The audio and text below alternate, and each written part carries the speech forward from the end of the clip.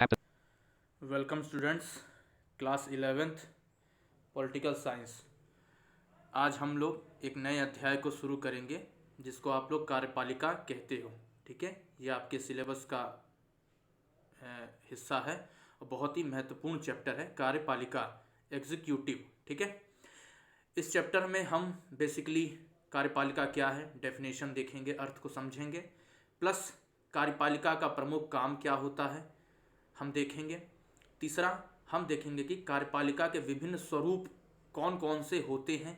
विश्व भर में कई देशों का एग्जाम्पल लेंगे हम कि वहाँ किस तरह की कार्यपालिका विद्यमान है, और अंत में कार्यपालिका के प्रकार पर हम चर्चा करेंगे आज के इस वीडियो में। ठीक है, बाकी जब अगला वीडियो आएगा तो उसमें हम भारत के परिप्रेक्ष्य से फिर कार्यपालिका को देखने का प्रयास करेंगे। राष्ट्रपति, प्रधानमंत्री, मंत्रिपरिषद, सबके बारे में हम डिटेल से चर्चा करेंगे। तो आज हम बेसिकली कॉन्सेप्चुअल क्लास लेंगे, हम कार्यपालिका को समझेंगे, कार्यपालिका के स्वरूप को समझेंगे, प्रकारों को समझेंगे और विभिन्न देशों का एग्जाम्पल लेंगे, अमेरिका का, जर्मनी का, इटली का, जापान का, रूस का, पुर्तगाल का, श्रीलंका का, और देखने का प्रयास करेंगे कि वहाँ किस तरह की कार्यपालिका है। ठीक है, तो लेट अस स्टार्ट स्टूडेंट्स। सभी लोग बुक सामने रखिए।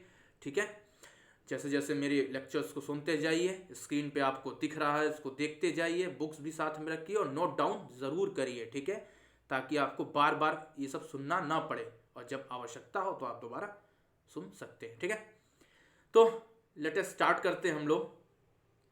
अध्याय कार्यपालिका यानी कि एग्जीक्यूटिव। ठीक है, अगर हम परिचय देखें, इंट्रोडक्शन पर थोड़ा सा बात करें तो आपको पता होना चाहिए सरकार के 3 अंग होते हैं। ठीक है, विधायिका, कार्यपालिका और न्यायपालिका। ठीक है, लेजिस्लेटिव, एग्जीक्यूटिव और जुडिशरी। ठीक है, और ये तीनों अंग मिलकर एक तरह से कानून बनाने का काम, कानून को लागू करने का काम, शासन चलाने का काम और कानून व्यवस्था बनाए रखने का काम, और जनता के हितों से संबंधित जितने भी लोक कल्याणकारी कार्य हैं उनको करने का काम ये तीनों संस्थाएं मिलकर कहीं ना कहीं करती हैं। ठीक है, ये सब हम पिछले चैप्टर में देख चुके थे। यहां एक बात दे रहा है कि संसदीय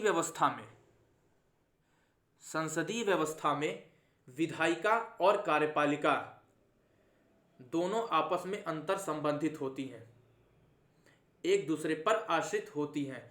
विधायिका जहां कार्यपालिका को नियंत्रित करती है, अर्थात कार्यपालिका विधायिका के प्रति उत्तरदायी होती है, तो वहीं विधायिका क्या है, कार्यपालिका द्वारा भी नियंत्रित होती है। यानी एक दूसरे को ये नियंत्रित भी करते हैं और एक दूसरे पर निर्भर भी हैं और एक दूसरे में अंतर संबंधित होते हैं।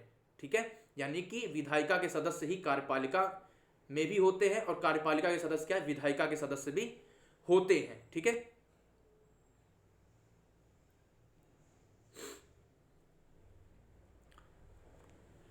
और आगे देखें कि हम इस अध्याय में क्या क्या पढ़ेंगे। अध्ययन विषय वस्तु को हम देखें तो सरकार की कार्यपालिका का संगठन, संरचना एवं कार्यों का अध्ययन करेंगे। ठीक है, इस अध्याय को पढ़कर आप संसदीय प्रणाली और अध्यक्षीय प्रणाली की कार्यपालिका में क्या अंतर है आप समझ पाएंगे। जैसे भारत में संसदीय प्रणाली पर आधारित लोकतंत्र है और वहीं अमेरिका में अध्यक्षीय प्रणाली पर आधारित लोकतंत्र है, अर्थात भारत में पार्लियामेंट्री है और अमेरिका में प्रेसिडेंशियल है। ठीक है, तो इन दोनों की कार्यपालिका में क्या अंतर है, इनकी शक्तियों में, संरचना में क्या अंतर है, हम इसको देखने का प्रयास इस अध्याय में करेंगे। ठीक है, और क्या देखेंगे हम इस अध्याय में, भारत की, इसमें हम देखेंगे भारत का जो राष्ट्रपति है उसकी संवैधानिक स्थिति की जांच करेंगे। यानी कि राष्ट्रपति की क्या शक्तियां हैं, संविधान में राष्ट्रपति को किस तरह का ओहदा प्राप्त कराया गया है, ये देखेंगे। प्रधानमंत्री और मंत्रिपरिषद की संरचना को जानेंगे, उनकी शक्तियों को जानेंगे कि मंत्रिपरिषद और प्रधानमंत्री के पास क्या शक्तियां हैं। ठीक है, और जो कार्यपालिका का जो एक हिस्सा होता है प्रशासनिक मशीनरी, जिसको आप नौकरशाह कहते हो, ये भी कार्यपालिका का ही एक हिस्सा होता है। ठीक है। तो प्रशासनिक मशीनरी के महत्व एवं कार्यों को भी हम जानने का प्रयास इस अध्याय में करेंगे। लेकिन बेसिकली आज हम बात करेंगे मुख्य रूप से कार्यपालिका क्या है, कार्यपालिका के स्वरूप, संसदीय कार्यपालिका और अध्यक्षीय कार्यपालिका में अंतर क्या है, और विभिन्न देशों का एग्जाम्पल के थ्रू हम इसको समझने का प्रयास करेंगे। तो बात आती है कार्यपालिका क्या है, ठीक है। एग्जीक्यूटिव क्या है, व्हाट इज एग्जीक्यूटिव, ठीक है। तो किसी भी संगठन में कुछ निर्णय लेते हैं, किसी भी संगठन में कुछ ऐसे पदाधिकारी होते हैं जो नीतिगत निर्णय लेते हैं, ठीक है। किसी भी संगठन में किसी भी पदाधिकारी को निर्णय लेना पड़ता है और उसे लागू करना पड़ता है, ठीक है। हम इस प्रक्रिया को ही क्या है, एक तरह से प्रशासन या प्रबंधन कहते हैं, ठीक है। और प्रशासन एक व्यापक स्तर पे होता है, हर स्तर पे क्या आपको प्रशासन दिखेगा, लेकिन पूरे प्रशासनिक तंत्र को नियंत्रित करने के लिए एक मुख्य प्रशासक अधिकारी होता है। एक शीर्ष पर कुछ व्यक्तियों का या कुछ लोगों का एक समूह होता है, ठीक है, जो पूरे प्रशासन को कहीं ना कहीं नियंत्रित कर रहा होता है। तो सभी प्रशासनिक तंत्र के शीर्ष पर एक ऐसा संगठन होता है जो बड़े या नीतिगत फैसले लेता है और दैनिक प्रशासनिक कार्यों की देखरेख करता है और उनमें तालमेल स्थापित करता है। इसे क्या है, हम मुख्य कार्यपालिका, ठीक है, के नाम से जानते हैं। और ये क्या है, मुख्य कार्यपालिका के रूप में काम करते हैं, क्योंकि कार्यपालिका व्यापक है। कार्यपालिका में नौकरशाह भी आते हैं, कार्यपालिका में छोटे छोटे स्तर पर जो प्रशासनिक काम करने वाले लोग हैं वो सब आते हैं। तो इस पूरे प्रशासन को भी क्या कहीं ना कहीं एक संस्था, एक मुख्य संस्था देखती है, दिन दैन के कार्यों का नियंत्रण करती है, निगरानी करती है, बड़े नीतिगत फैसले लेती है, ठीक है। तो इन प्रशासनिक पूरे अमलों का एक मुखिया, जो एक शीर्ष पर जो एक प्रशासनिक एक ऑर्गेनाइजेशन या अंग होता है, जिसको हम मुख्य कार्यपालिका कहते हैं, ठीक है। कार्यपालिका का अर्थ व्यक्तियों के ऐसे समूह से है। कार्यपालिका का अर्थ व्यक्तियों के एक ऐसे समूह से है जो कायदे कानून को संगठन में रोजाना लागू करते हैं, ठीक है। ये तो एक संगठन के आधार पर हुआ, कोई ऑर्गेनाइजेशन है, जैसे कोई कंपनी है, कोई बहुराष्ट्रीय कंपनी, मल्टीनेशनल कंपनी है, कोई बहुत बड़ा उद्योग है, कोई बहुत बड़ी बैंक है, ठीक है, कोई बहुत बड़ा फर्म है। तो आप इसमें देखोगे सीईओ होते हैं, चीफ एग्जीक्यूटिव ऑफिसर, ठीक है, सीईओ, चीफ एग्जीक्यूटिव ऑफिसर, मुख्य कार्य अधिकारी, ठीक है। तो जैसे बैंक में होते हैं सीईओ, बड़े बड़े कंपनियों में सीईओ होते हैं। तो इसी तरह जब सरकार के हम बात देखें, अगर सरकार के मामले में भी देखें, तो सरकार पूरे देश को अगर एक संगठन के रूप में हम देखें, पूरा एक देश संगठन है, ठीक है, और देश को चलाना है, देश के लिए नियम कानून बनाने हैं, ठीक है, उन्हें लागू करना है, तो उसके लिए भी तो एक मुख्य कार्यपालिका को एक कार्यपालिका तंत्र होना चाहिए। तो ठीक है, तो सरकार के मामले में देखें,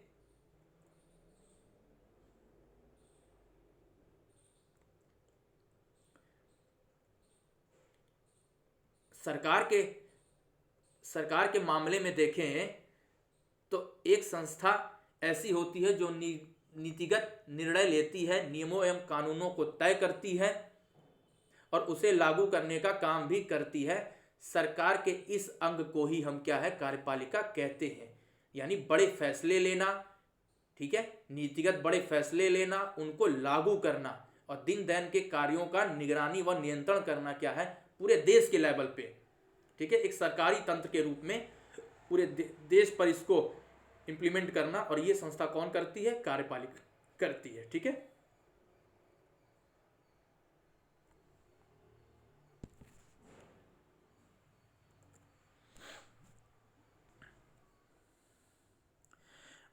कार्यपालिका के अगर हम प्रमुख कार्यों को देखें कि कार्यपालिका करती क्या है, मुख्य रूप से विधायिका द्वारा स्वीकृत नीतियों, क्योंकि विधायिका नियम व कानून बनाती है, तो जो भी विधायिका नियम व कानून बना रही है, ठीक है, उनको लागू करने का काम क्या है, कार्यपालिका काम करती है। और यहां तक कि नीतिगत निर्णयों को लेने में भी क्या है, एक तरह से कार्यपालिका की भूमिका अहम होती है। ठीक है,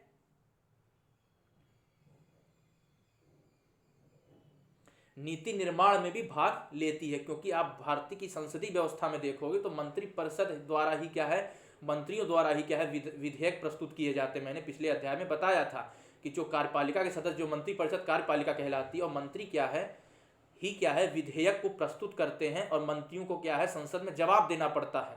तो यानी नीति निर्माण में भी क्या है, कहीं ना कहीं कार्यपालिका काम कर रही है। यानी कि प्रस्तुत तो मंत्री ही कर रहे हैं, बहस भी संसद के सदस्य प्रश्न पूछ रहे हैं मंत्रियों से और मंत्री जवाब दे रहे हैं कि हम ये विधेयक क्यों लाए हैं, इससे क्या फायदा होगा, तो सारे मंत्री तो बता रहे हैं।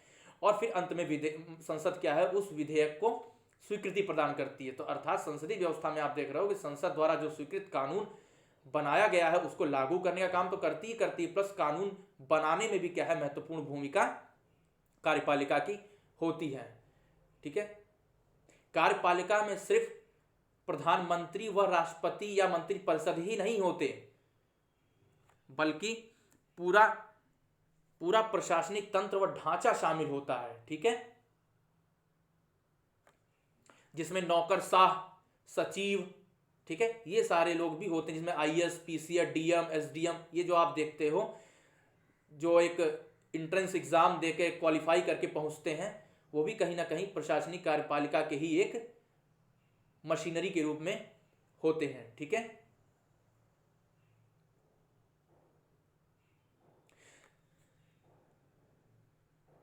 अगर सरकार का प्रधानमंत्री और मंत्रिपरिषद को सिर्फ मिला लें तो यह कार्यपालिका का राजनीतिक स्वरूप है, यानी कि इसे राजनीतिक कार्यपालिका कहते हैं। अर्थात राजनीतिक कार्यपालिका कौन है, पॉलिटिकल एग्जीक्यूटिव कौन है, मंत्रिपरिषद और प्रधानमंत्री। ठीक है, क्योंकि ये हर 5 साल पर क्या है, चुने जाते हैं, बदल सकते हैं। ठीक है, यानी कि राजनीतिक कार्यपालिका जो है वो चेंज हो जाती है हर 5 साल पे। ठीक है, ये परमानेंट नहीं होते, इसलिए इन्हें अस्थायी कार्यपालिका भी कहते हैं। राजनीतिक कार्यपालिका को अस्थायी कार्यपालिका भी कहते हैं, ये हर 5 साल के लिए चुने जाते हैं। ठीक है, आ सकता है क्वेश्चन, राजनीतिक कार्यपालिका या अस्थायी कार्यपालिका को समझाइए। ठीक है, तो प्रधानमंत्री और मंत्रिपरिषद। वहीं दिन दैन के कार्यों को करने के लिए जो भी एक उत्तरदायी संस्था होती है उसको हम क्या है, संस्था क्या है, एक तरह से स्थायी कार्यपालिका कहते हैं, जिसमें पुलिस विभाग भी पूरा आ जाता है। ठीक है, जिसमें पूरा आपका डीएम और उसकी पूरी एक मशीनरी आ जाती है, पूरे जो ब्यूरोक्रेसी है, नौकरशाह है, वो आ जाते हैं, सचिव आ जाते हैं। ये सब क्या है, एग्जाम क्वालिफाई करके पहुंचते हैं और ये पूरे एक तरह सेवानिवृत्त, जब तक इनकी 60 वर्ष ना हो जाए तब तक ये पद पे अपने रहते हैं। ठीक है, और कहीं ना कहीं राजनीतिक कार्यपालिका को सपोर्ट करते हैं। ठीक है, तो इसलिए ऐसे कार्यपालिका को जो दिन दैन के कामों में, क्योंकि आपको जमीनी स्तर पे ये लोग काम करते दिखाई देते हैं, मंत्री जमीन स्तर पे नहीं उतरते, जमीनी स्तर पे कानूनों को लागू करना, जैसे आपको जिले में लागू करना है तो राजनीतिक कार्यपालिका एक नोटिफिकेशन जारी कर देती है, वो भी लागू कर रही है पूरे देश में, लेकिन उसको गली गली तक पहुंचाना, हर क्षेत्र में, हर जिले, हर गांव में पहुंचाने के लिए तो एक माइक्रो लेवल पे भी तो एक मशीनरी होगी, जैसे डीएम है जिले स्तर पर, गांव में मुखिया है, पंचायत है, सरपंच है, ये सब भी क्या है, एक तरह से कार्यपालिका के ही हिस्से हैं और ये लोग अस्थाई होते हैं।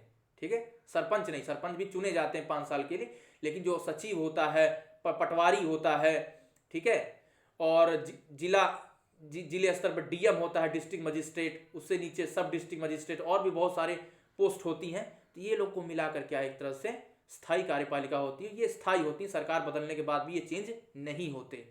ठीक है, तो हमने कार्यकाल व कार्य की प्रकृति के आधार पर कार्यपालिका को 2 भाग में डिवाइड करके देखा, एक अस्थायी जिसको राजनीतिक कार्यपालिका भी कहते हैं और एक अस्थायी जिसको आप नौकरशाह कहते हो। अस्थायी जो 5 साल पर चुनी जाती, जो जनता द्वारा चुनी जाती, जिसमें प्रधानमंत्री और मंत्रिपरिषद शामिल होती हैं, ये हर 5 साल पे बदल जाती हैं, इसलिए इन्हें राजनीतिक कार्यपालिका या अस्थायी कार्यपालिका कहते हैं। दूसरा अस्थायी कार्यपालिका जो नौकरशाह कहलाते हैं, ये दिन दैन के काम को करते हैं और ये क्या है, लोगों द्वारा निर्वाचित नहीं होते, बल्कि एक यूपीएससी या यूपीपीसीएस या स्टेट पीसीएस किसी भी एग्जाम को क्वालिफाई करके ये पद ग्रहण करते हैं और सेवानिवृत्त होने तक ये अपने पद पर बने रहते हैं। ठीक है, तो ऐसी कार्यपालिका को हम स्थायी कार्यपालिका कहते हैं। ठीक, अब हम देखें कार्यपालिका के स्वरूप क्या क्या है, ठीक है। अगर कार्यपालिका के स्वरूप पर हम चर्चा करें कि भिन्न भिन्न देशों में कार्यपालिका के भिन्न भिन्न स्वरूप हमें दिखाई देते हैं, Next page. Double tap to add. ठीक है। तो हम देखते हैं कि कार्यपालिका भिन्न भिन्न देशों में कई प्रकार की होती है। जैसे अमेरिका में जो कार्यपालिका का जो एक तरह से स्वरूप है या जो मुखिया है उसको राष्ट्रपति कहते हैं। वहीं इंग्लैंड में जो कार्यपालिका का जो प्रधान है उसको हम महारानी कहते हैं या राजा कहते हैं, ठीक है, क्राउन कहते हैं।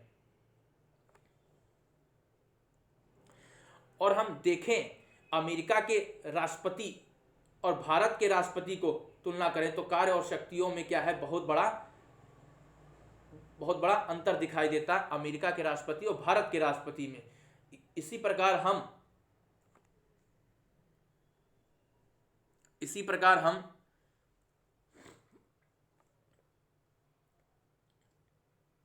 इंग्लैंड की महारानी और भूटान के राजा से बहुत भिन्न होती हैं। जबकि इंग्लैंड की महारानी नाम मात्र की होती है और भूटान का राजा एक तरह से वास्तविक कार्यपालिका का शक्तियों का उपयोग करता है। तो दोनों ही पद में देखोगे आप अंतर है। वहीं राष्ट्रपति अमेरिका में भी राष्ट्रपति, भारत में भी राष्ट्रपति, लेकिन फिर भी दोनों पदों में और शक्तियों में, कार्यों में अंतर है। राष्ट्रपति अमेरिका का जो है वो वास्तविक शक्ति का उपयोग करता है और भारत का राष्ट्रपति भी नाम मात्र का होता है। उसी प्रकार इंग्लैंड का राजा जो महारानी है वो नाम मात्र की होती है और भूटान का राजा शक्तिशाली होता है, ठीक है। वहीं हम अगर वहीं हम भारत और फ्रांस दोनों ही देशों के प्रधानमंत्रियों की भूमिकाओं को देखें तो ये भी भिन्न भिन्न है। यानी एक ही पद, नाम देखोगे पदों के एक ही है, प्रधानमंत्री, राजा, राष्ट्रपति, लेकिन सबकी भूमिकाएं क्या भिन्न भिन्न देशों में अलग अलग हैं। आखिर ये है क्यों, ठीक है, ये जानना हमें जरूरी है, ठीक है। चूंकि अमेरिका में अध्यक्षात्मक व्यवस्था है, अर्थात प्रेसिडेंशियल सिस्टम है, प्रेसिडेंशियल सिस्टम पर आधारित डेमोक्रेसी है अमेरिका में, ठीक है। वन लाइनर क्वेश्चन में आ सकता है, ठीक है। और कार्यकारी शक्तियां यानी पूरी कार्यपालिक शक्तियां जो है, यानी कानून बनाने का काम, नीति निर्माण में भाग लेने का काम, ठीक है, दिन दैन के कामों को करने का काम, जो भी कार्यपालिका की शक्तियां हैं वो क्या है, राष्ट्रपति में निहित होती हैं, ठीक है, यानी राष्ट्रपति के पास होती हैं, राष्ट्रपति के हाथों में होती हैं, ठीक है। वहीं कनाडा में देखें तो वहां संसदीय लोकतंत्र है। कनाडा में संसदीय लोकतंत्र जैसा भारत में है, ठीक है। तो कनाडा में संसदीय लोकतंत्र है जहां प्रधानमंत्री सरकार का या कार्यपालिका का मुखिया है, ठीक है, प्रमुख है, जैसे भारत में है, ठीक है।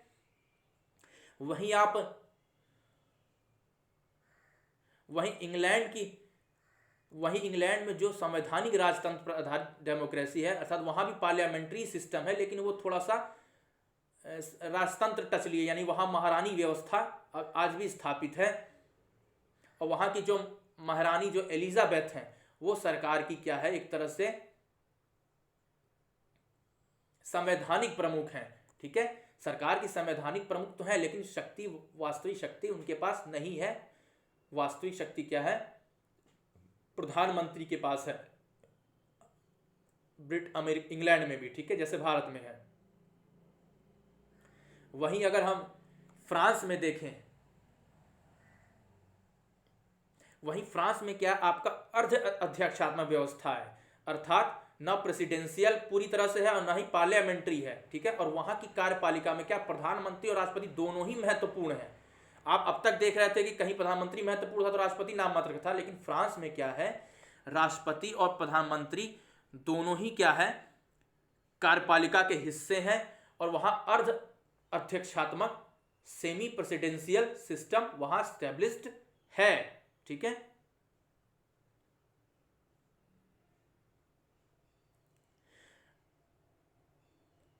राष्ट्रपति और प्रधानमंत्री ही क्या है, अन्य मंत्रियों की नियुक्ति करते हैं, परंतु उन्हें हटा नहीं सकते क्योंकि वे संसद के प्रति उत्तरदायी होते हैं।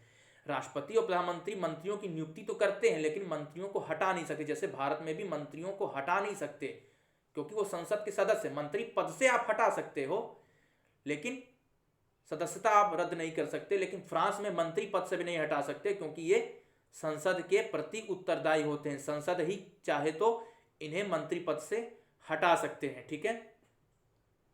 राष्ट्रपति और प्रधानमंत्री नहीं हटा सकते, ठीक है। वहीं जापान में देखें तो संसदीय व्यवस्था है, जहां राजा क्या है, देश का संवैधानिक प्रमुख है और प्रधानमंत्री सरकार का वास्तविक प्रमुख है, ठीक है। जैसे भारत में है, कुछ कुछ ऐसा ही जापान में भी है, ठीक है।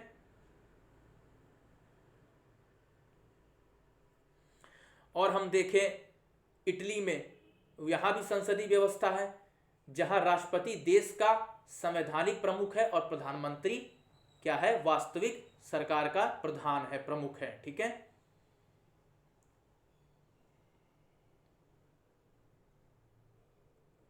वहीं आप रूस में देखें तो यहां भी क्या है, एक अर्ध अध्यक्षात्मक व्यवस्था है। जैसे फ्रांस में थी वैसे यहां पे रूस में क्या है, एक अर्ध अध्यक्षात्मक व्यवस्था है, जहां राष्ट्रपति देश का प्रधान है और राष्ट्रपति ही द्वारा नियुक्त प्रधानमंत्री, जहां राष्ट्रपति देश का प्रधान तो है ही है, प्लस राष्ट्रपति द्वारा जो नियुक्त प्रधानमंत्री है, यानी प्रधानमंत्री को राष्ट्रपति नियुक्त करता है और यह प्रधानमंत्री सरकार का एक तरह से प्रधान होता है।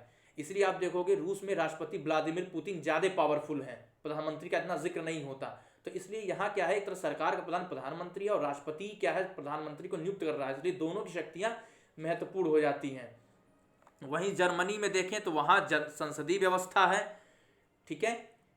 जर्मनी में क्या है, संसदीय व्यवस्था है, जहां राष्ट्रपति नाम मात्र का देश का प्रधान है और चांसलर सरकार का वास्तविक प्रधान है, यानी प्रधानमंत्री को चांसलर कहते हैं। वहां चांसलर शब्द इस्तेमाल किया जाता है। अंजेला मर्केल वहां है चांसलर, जो क्या है, सरकार का वास्तविक प्रधान है, ठीक है।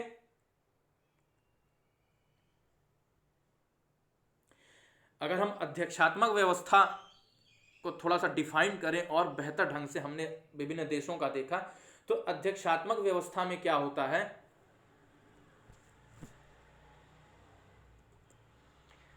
ठीक है। इसमें राष्ट्रपति क्या है, राज्य और सरकार दोनों का ही वास्तविक प्रधान होता है, देश का भी वह प्रधान होता है और सरकार का भी वह प्रधान होता है, सर्वे सर्वा होता है कौन, राष्ट्रपति अध्यक्षात्मक व्यवस्था में, ठीक है। वह सिद्धांत और व्यवहार दोनों में ही क्या है, राष्ट्रपति का पद महत्वपूर्ण होता है। ऐसी व्यवस्था अमेरिका, ब्राजील और लैटिन अमेरिका के अन्य देशों में दिखाई देती है, ठीक है। अगर संसदीय व्यवस्था को देखें, संसदीय व्यवस्था को भी देखें तो संसदीय व्यवस्था में क्या होता है, यहां क्या है, इस व्यवस्था में प्रधानमंत्री सरकार का प्रधान होता है।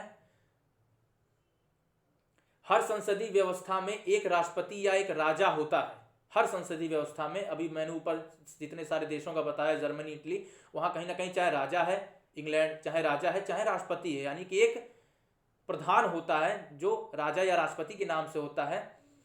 वह देश का नाम मात्र का प्रधान होता है, यानी उसके पास उतनी शक्तियां नहीं होती, ठीक है, लेकिन सारे काम उसी के नाम पर होते हैं, क्योंकि कार्यपालिका का वह संवैधानिक प्रमुख होता है, वास्तविक प्रमुख नहीं होता, संवैधानिक प्रमुख होता है, यानी प्रतीक के रूप में होता है राजा या राष्ट्रपति, यानी उसको नाम मात्र का शासक कहते हैं, ठीक है। वास्तविक शक्ति का उपयोग प्रधानमंत्री करता है, ठीक है,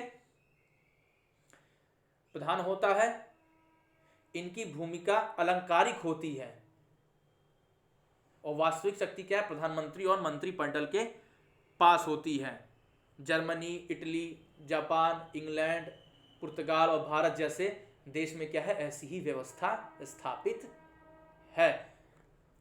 एक तीसरा है अर्ध अध्यक्षात्मक व्यवस्था, यानी जो हमने अभी तक ऊपर जितने सारे देशों को देखा, तो उसको अध्ययन करने के बाद हम तीन तरह के, मतलब एक तरह से एक सिस्टम हमें तो दुनिया भर में दिखाई देता है, प्रेसिडेंशियल अध्यक्षात्मक, एक पार्लियामेंट्री संसदात्मक और एक दूसरा अर्ध अध्यक्षात्मक। इस व्यवस्था में राष्ट्रपति और प्रधानमंत्री दोनों ही महत्वपूर्ण होते हैं। राष्ट्रपति को भी क्या है, दैनिक कार्यों में क्या है, महत्वपूर्ण शक्तियां प्राप्त होती हैं, यानी प्रधानमंत्री और उसकी मंत्रिपरिषद तो वास्तविक सत्ता का उपयोग करती तो है ही है, लेकिन राष्ट्रपति को ही क्या है, एक तरह से महत्वपूर्ण शक्तियां प्राप्त होती हैं, ठीक है। इस व्यवस्था में राष्ट्रपति और प्रधानमंत्री दोनों ही एक ही दल के हो सकते हैं और विपरीत दल के भी हो सकते हैं। विपरीत दल के होंगे तो कहीं कहीं विरोध दिखाई देता है, और एक ही दल के हों तो दोनों मिलकर क्या है, एक तरह से शासन व्यवस्था को चलाते हैं। ठीक है, रूस और श्रीलंका जैसे देशों में क्या है, ऐसी व्यवस्था हमें दिखाई देती है, फ्रांस में भी। ठीक है,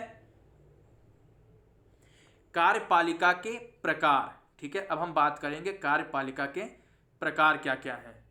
ठीक है, आप सभी नोट डाउन कर लीजिए। कार्यपालिका के प्रकार। Next page. Double tap to act. अगर कार्यपालिका के प्रकार देखें तो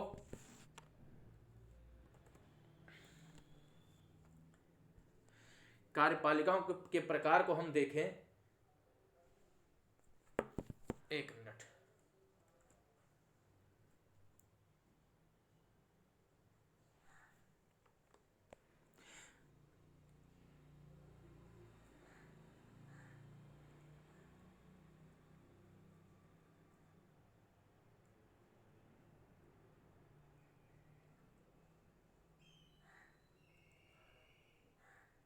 कार्यपालिका के प्रकार, एक मिनट आप सभी।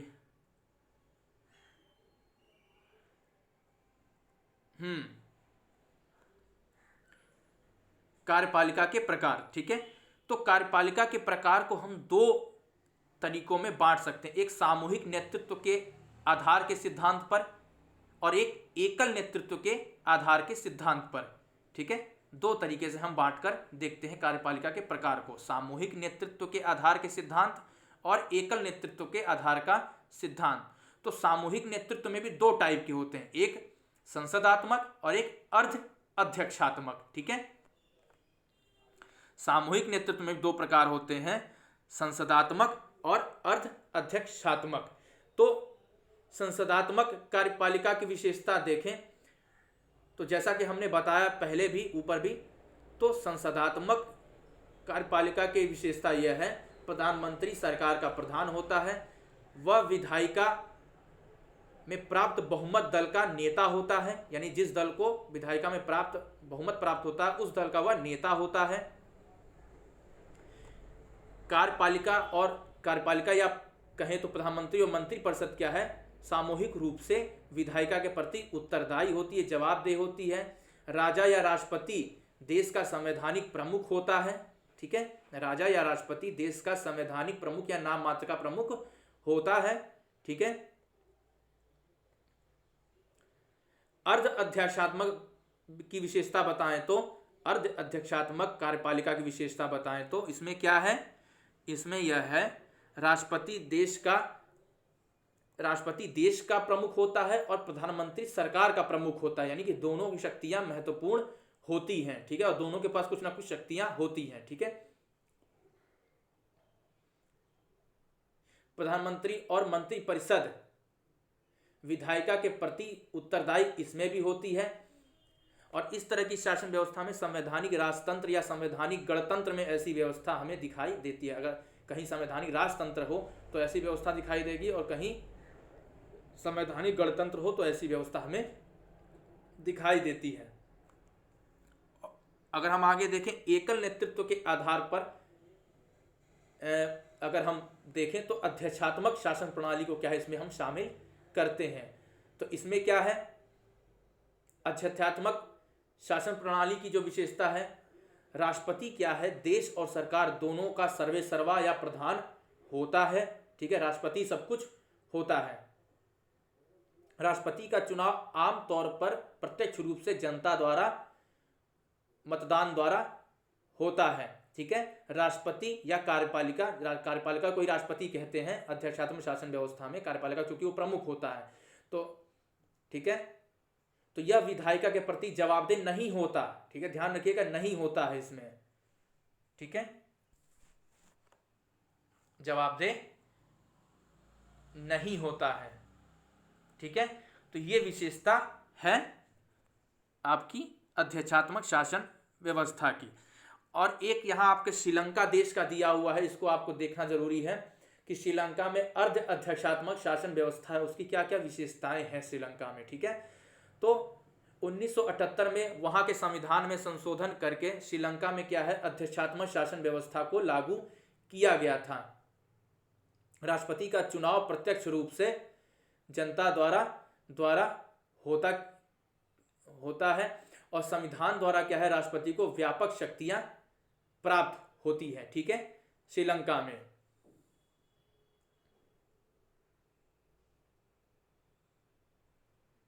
राष्ट्रपति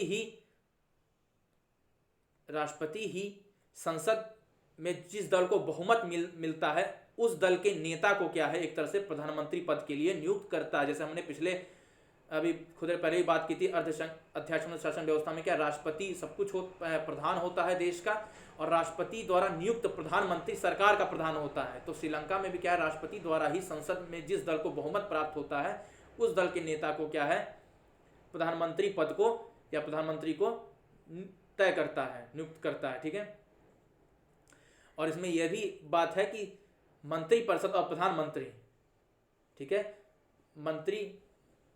मंत्रियों के लिए संसद का सदस्य होना आवश्यक है। अर्थात क्योंकि प्रधानमंत्री भी संसद से ही नियुक्त हो रहा है तो मंत्री भी क्या है, संसद के ही सदस्य होते हैं। अर्थात राष्ट्रपति प्रधानमंत्री को जो नियुक्त कर रहा है वो प्रधानमंत्री भी संसद का सदस्य है, और फिर प्रधानमंत्री क्या अपनी मंत्रिपरिषद का नियुक्त करता है, वो भी मंत्री के ही संसद के ही सदस्य होते हैं। ठीक है, लेकिन इसमें क्या है, राष्ट्रपति और प्रधानमंत्री क्या है,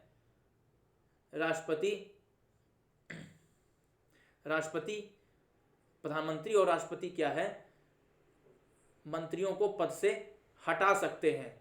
ठीक है, राष्ट्रपति राज्य का निर्वाचन प्रधान, सशस्त्र सेना का प्रधान सेनापति के साथ साथ सरकार का भी वास्तविक प्रधान होता है। ठीक है, यहाँ का राष्ट्रपति 6 वर्ष के लिए चुना जाता है और उसे हटाने के लिए संसद के 2/3 बहुमत की आवश्यकता होती है। पहले तो संसद के आधे सदस्य ये प्रस्ताव लाएंगे, राष्ट्रपति को हटाने का जो महाभियोग होता है उसका प्रस्ताव लाने के लिए क्या है, आधे सदस्यों की आवश्यकता होती है। ठीक है, आधे सदस्य जब तक इस प्रस्ताव को न रखें कि हाँ हम राष्ट्रपति को हटाना चाहते हैं, तो आधे सदस्यों द्वारा यह प्रस्ताव लाना चाहिए और संसद का अध्यक्ष, जो अध्यक्ष है, स्पीकर है, वो भी इस बात से संतुष्ट होना चाहिए। फिर क्या है, 2/3 बहुमत से उस प्रस्ताव को पारित होना चाहिए। संसद की कुल संख्या का, उपस्थित और मतदान दे रहे हैं नहीं, सिर्फ संसद की कुल संख्या का 2/3 बहुमत से क्या है, वह प्रस्ताव पारित भी होना चाहिए। और फिर क्या है, सर्वोच्च न्यायालय के पास यह प्रस्ताव भेज दिया जाता है। ठीक है, ठीक है, और यह प्रस्ताव क्या है, सर्वोच्च न्यायपालिका के बाद भेज दिया जाता है और फिर सर्वोच्च न्यायपालिका द्वारा क्या है, ठीक है, राष्ट्रपति को हटाने की प्रक्रिया पूरी की जाती है। ठीक है, तो ये था पूरा एक तरह से बैकग्राउंड था, एक पूरा एक कार्यपालिका का अर्थ, स्ट्रक्चर। ठीक है, विभिन्न देशों का में कार्यपालिका की जो विशेषताएं हैं या कितने प्रकार की कार्यपालिकाएं हैं। ठीक है, तो उसको हमने देखा। तो हमने स्थायी कार्यपालिका, अस्थायी कार्यपालिका, स्थायी कार्यपालिका को नौकरशाह बोलते हैं, अस्थायी कार्यपालिका राजनीतिक कार्यपालिका बोलते हैं। कार्य के आधार पर और कार्यकाल के आधार पर इनको डिवाइड किया जाता है।